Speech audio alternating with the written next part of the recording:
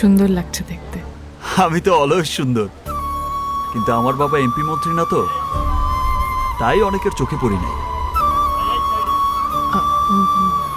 কি কি যেন কিনবে বলেছিলে না তোমার বউয়ের জন্য? ও চলো। এই শাড়িটা ভালো না? দেখো। শাড়িটা সুন্দর, কিন্তু তোমার গায়ের রং তো শ্যামলা, একদমই মানাচ্ছে না।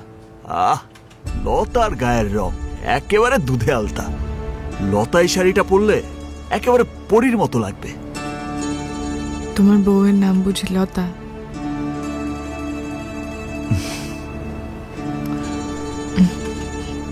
ওকে সুন্দর লাগলে এটা নিয়ে নাও।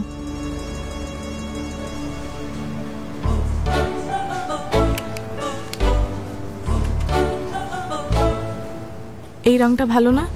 শাড়ির সঙ্গে ভালো লাগবে। কালারটা সুন্দর, কিন্তু তোমার ঠোঁটে মানাচ্ছে না।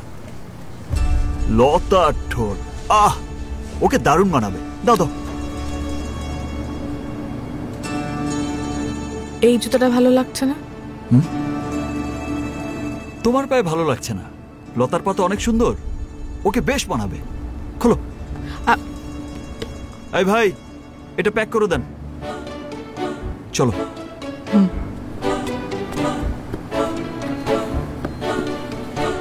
তোমার বউয়ের জন্য আর কিছু কেনা বাকি আছে? না, আর কিছু বাকি নেই। আর শোনো, কালকে কিন্তু সকাল সকাল চলে আসবা। সন্ধ্যায়ও আসতে পারো, এই নেচে বেচে গেলে আর কি। আমি কিন্তু ধুমধাম করে বিয়ে করছি। ডিজে মিজে সব থাকবে, বুঝছো? আয়োজনের একদম কমতি থাকবে না।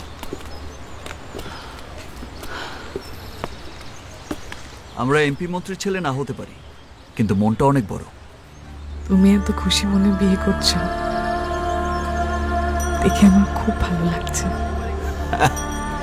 তা তুমি কি ভেবেছিলে আমি তোমার শোকে দেবদাস হয়ে বুড়িগঙ্গার নিচে দাঁড়িয়ে তোমার নাম নিয়ে কাঁদব, আর তুমি লন্ডন ব্রিজের নিচে দাঁড়িয়ে জামাইয়ের সাথে মনের আনন্দে সেলফি তুলবে, তাই তো? না, সেরকম কিছু ভাবিনি।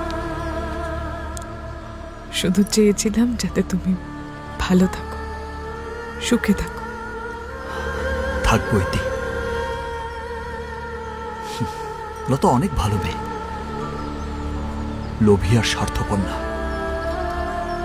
সে আমাকে রেখে নিজের সুখের জন্য অন্য কিছু ভাবে না। ইনশাআল্লাহ। যাই সময়, ভালো থেকো।